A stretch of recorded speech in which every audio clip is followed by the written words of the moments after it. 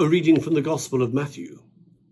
Jesus said, "Woe to you, scribes and Pharisees, hypocrites, for you lock people out of the kingdom of heaven.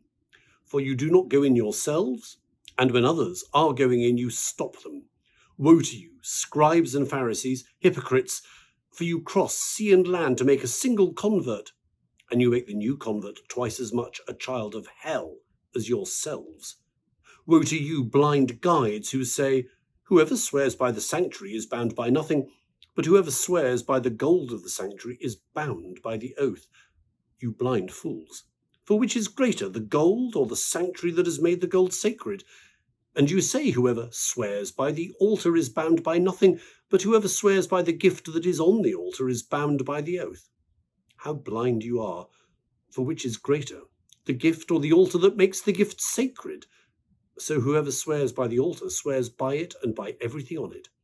And whoever swears by the sanctuary swears by it and by the one who dwells in it. And whoever swears by heaven swears by the throne of God and by the one who is seated upon it.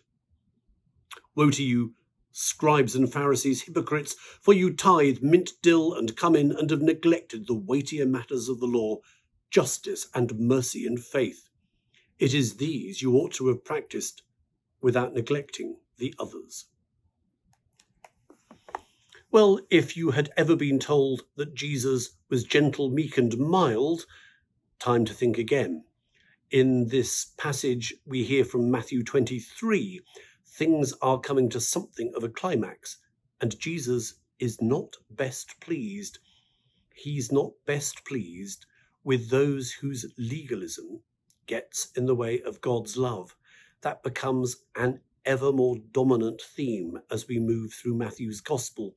We've heard this in the context of teachings about marriage and divorce, and we are getting it in the context of anything that turns religion from love to legalism. And Jesus isn't just talking about that process, but what it does to the people who wield and manipulate that process.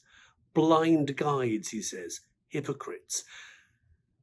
It means that all of us need to look honestly and clearly into the mirror of God's love, because sometimes it is very easy to hide behind rules or laws or procedures and say, "No, can't be doing that. I'm not going to be bothered to do that. I'm not going to allow myself to do that." Or even, "God doesn't allow me to do that." Well, God doesn't make rules that bind and trap us. God calls us to live out lives of love.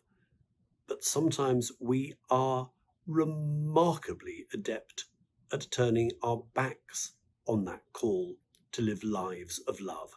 And we put all sorts of barriers in the way of God's love, whether we deal with other people or sometimes the way in which we deal with ourselves.